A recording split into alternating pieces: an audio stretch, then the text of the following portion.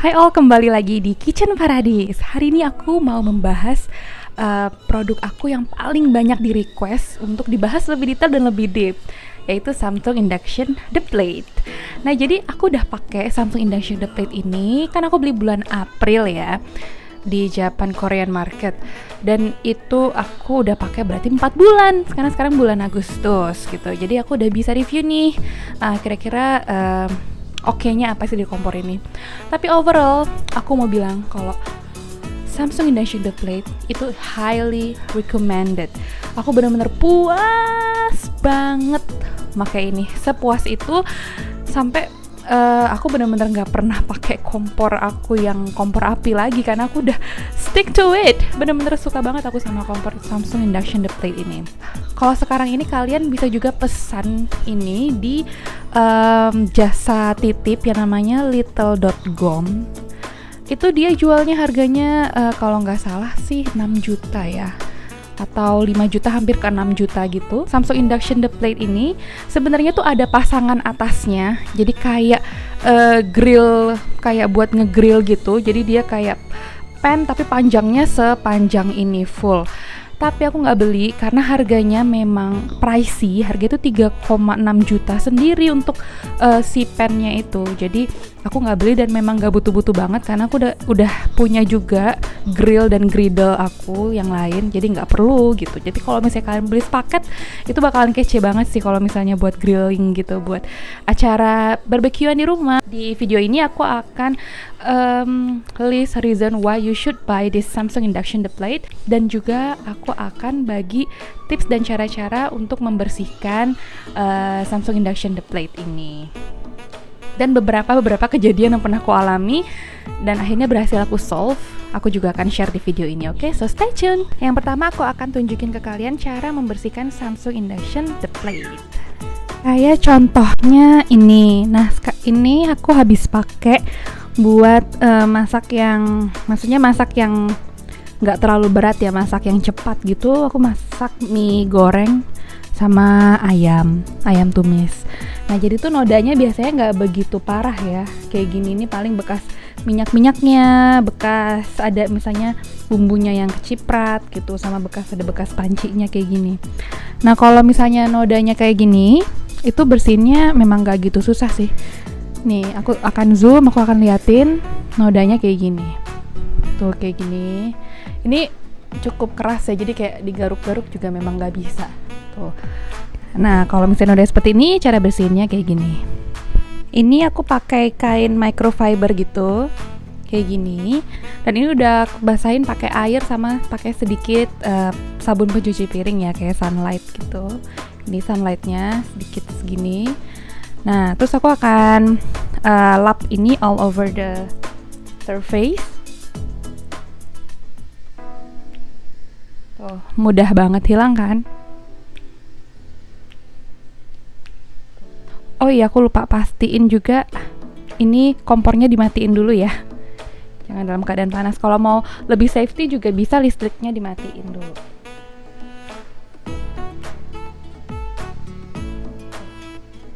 Nah, kalau nodanya seringan tadi memang kayak gampang banget bersihinnya.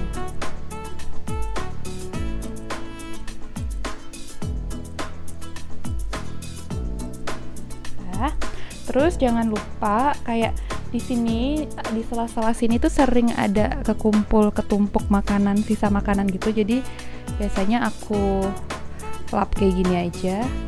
Hap. Tuh. Ada sisa makanan kan. Tada, mudah bersih kan? Cuman gitu aja bersihinnya kalau nodanya ringan, karena dia kok surface-nya ini tuh bener-bener mulus banget ya, jadi kayak gampang banget buat bersihin nodanya. Kayaknya ini, nah ini tuh aku waktu itu pernah kayak kesulitan ngilangin noda. Aku sampai hubungin ke pembuat ininya, surface-nya. Jadi pembuat surface-nya ini tuh bukan Samsung. Ini pembuat surface-nya tuh ini nih. Tunjukin ini. Ini Scott Sheeran. Ini. Dan kata mereka ini bersihinnya bisa pakai yang susah itu bisa pakai alat yang udah disediakan. Dan memang waktu beli ini aku baru ngeh juga kalau ternyata ada alat yang buat membersihkan, kayak scraper gitu bentuknya. Nih kayak gini. Nah ini bentuk scraper kalau misalnya ada noda yang susah dihilangkan. Nih bentuknya kayak gini, terus ini nanti bisa didorong, ntar keluar pisaunya gitu, tinggal gini aja gitu. Jadi walaupun dia pisau, dia lumayan tajam ya pisaunya, ini bener-bener tajam kayak silet gitu, kayak pisau. Itu dia nggak bikin ini jadi nggak mengkilap. Kayak aku tuh berapa kali pakai ini tetap mengkilap kan surface-nya. Jadi ini surface-nya emang bagus banget sih menurut aku, high quality gitu. Nah kalau misalnya dulu sebelum aku tahu kalau dia ternyata ada scrapernya, aku juga pakai baking soda. Biasa aku baking sodanya yang merek Handmade apa gitu, yang khusus untuk bersih. Tapi ini yang lagi habis, jadi aku pakai soda kue biasa. Ini aku pakai tangan aja, jadi lihat ada sedikit noda sama yang nggak bisa hilang dengan orang, dan memang nggak bisa hilang juga dengan scraper. Aku akan pakai baking soda di bagian ini.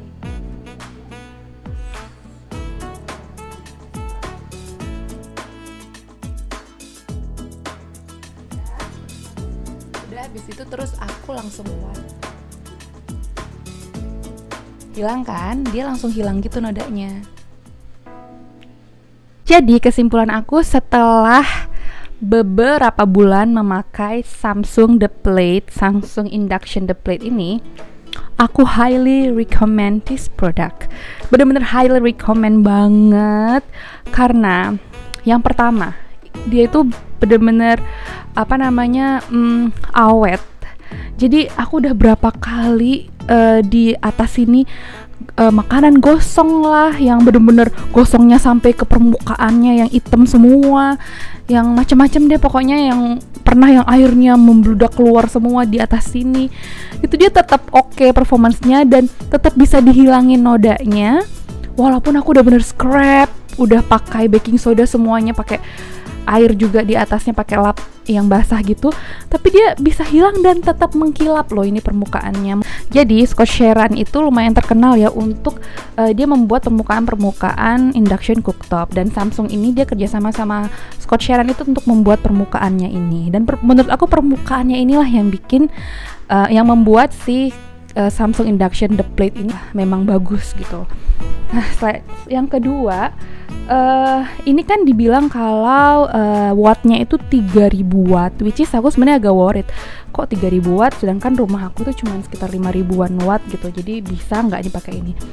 Dan dalam prakteknya aku ternyata pakai kompor ini itu cuman di suhu 3, 4, dan 5, udah itu aja. Paling sering tuh di suhu 4, karena 4 itu kayak udah medium gitu, medium high gitu. Jadi di suhu 5 itu sekali-sekali aja waktu aku misalnya bikin steak gitu. Kadang-kadang suhu 6 sebentar aja, terus balik lagi ke suhu 5 kalau bikin steak. Yang aku butuh steak yang luarnya tuh agak crispy gitu. Jadi kalau dipikir-pikir, misalnya aku pakai cuman di suhu, anggaplah suhu 4 gitu kan, sedangkan dia maksimal suhunya 9. Jadi 3000 watt itu tuh asumsinya suhu maksimal. Jadi suhu 9 di tungku kiri dan suhu 9 di tungku kanan itu total 3000 watt. Jadi kalau aku pakai suhu 4 di kiri, suhu 4 di kanan, itu paling cuman 1000-an watt gitu. Jadi nggak sampai 3000 watt kalau aku pakai kanan kiri. Jadi sebenarnya ini lebih hemat juga. Maksudnya nggak segede tulisannya gitu wattnya kalau kita pakai sehari-hari gitu. Terus yang ketiga, kan tadi yang pertama itu dia awet banget, yang kedua itu ya ternyata wattnya itu nggak segede itu, yang ketiga tentunya desainnya bagus banget dan masuk kemana-mana gitu. Untuk di kitchen warna apa aja tuh masuk, karena warnanya putih polos dan bener-bener cuman gitu doang, nggak banyak pernak-perniknya gitu. Cuman ini aja sih, gold aja, tapi kebetulan di dapur aku juga gold, jadi ya cocok gitu, white and gold. Yang keempat itu adalah dia nggak berisik gitu. Kalau misal aku udah beberapa kali pakai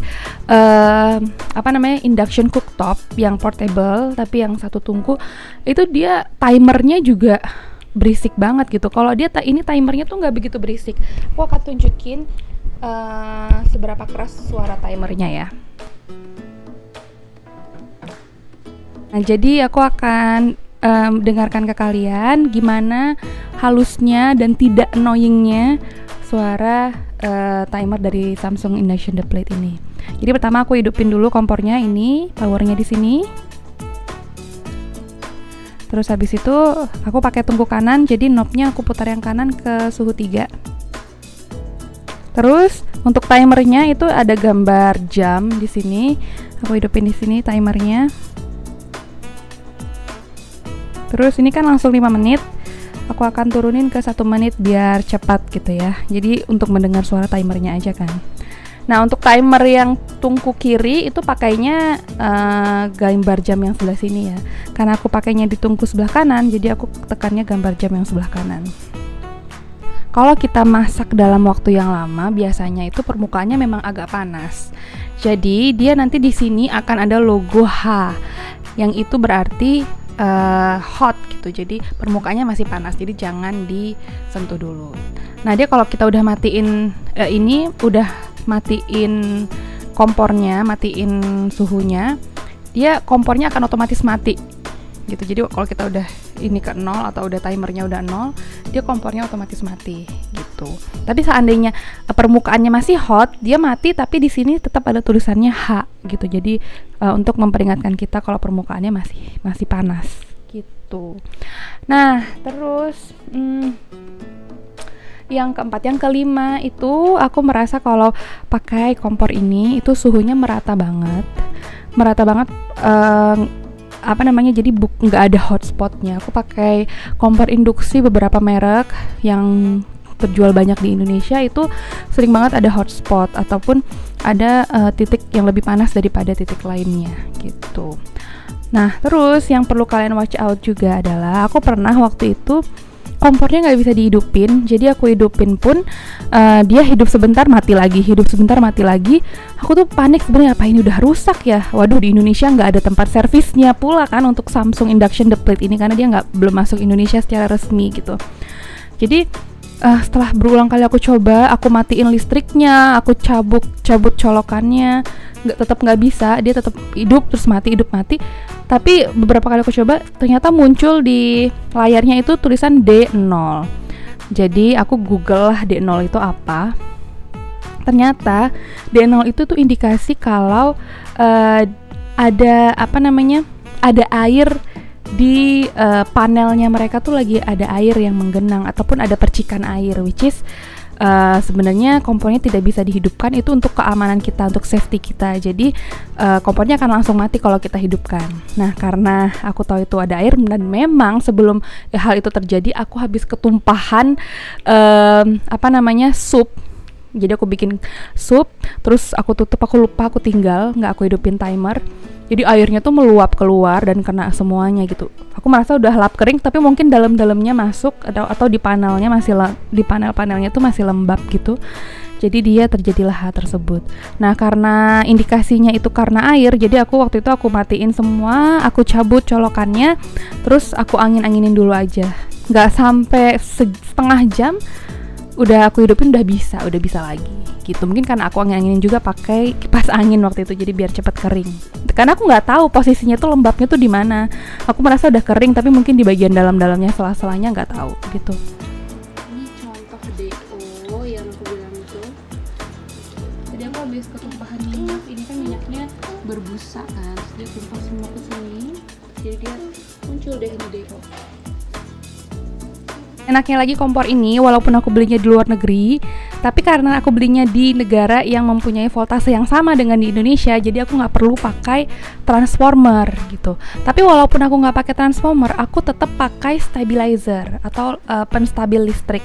Gunanya supaya elektronik aku yang ini, kompor kesayanganku ini, itu lebih awet, nggak cepat rusak. Karena tahu sendiri listrik di Indonesia tuh naik turun banget. Jadi untuk elektronik yang berwatt besar itu, elektronik yang kita sayangi tentunya itu jadi beresiko cepat rusak gitu karena listriknya up and down. Jadi aku tetap pakai stabilizer, tapi stabilizernya aku pakai di voltase yang sama dengan Indonesia, itu 220 volt gitu. Yang aku suka juga dari Samsung Induction The Plate ini karena ini portable.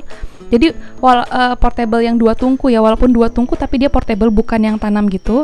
Aku bisa pindah-pindah sesuai kemauan aku gitu. Jadi karena working station di dapur aku memang kebetulan juga minim, kecil, nggak besar-besar banget. Jadi bisa di tengah gini, dan aku butuh working station yang lebih besar, misalnya mau bikin mie, pasta, misalnya mau bikin pasta atau mau bikin pasti roti gitu, jadi aku butuh space yang lumayan besar. Aku tinggal pindah-pindah aja gitu, jadi tinggal aku miringin, jadi aku bisa pindah sesuai keinginan aku gitu, jadi lebih enak. Dan kalau misalnya ada acara barbekyuan atau acara grilling party, itu bisa taruh di meja makan juga, dan bisa langsung 2 tungku. Jadi misalnya yang satu buat rebusan, yang sana buat yang grill-grillan gitu. Jadi lebih ringkas kalau menurut aku daripada kompor tanam. Tapi tentunya memang kompor tanam itu lebih estetik ya, karena dia kan nggak menonjol gitu. Karena berhubung aku di sini nggak memungkinkan untuk memasang kompor tanam, jadi ya I prefer this portable one. Okay, that's all.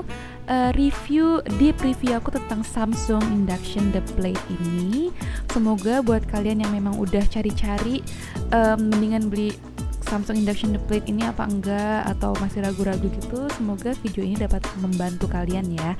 Dan overall aku memang puas banget pakai Samsung Induction The Plate ini. Jadi I totally recommend it, okay? Dan jangan lupa subscribe, like, dan komen video ini supaya aku makin semangat bikin video lagi. See you next time and bye!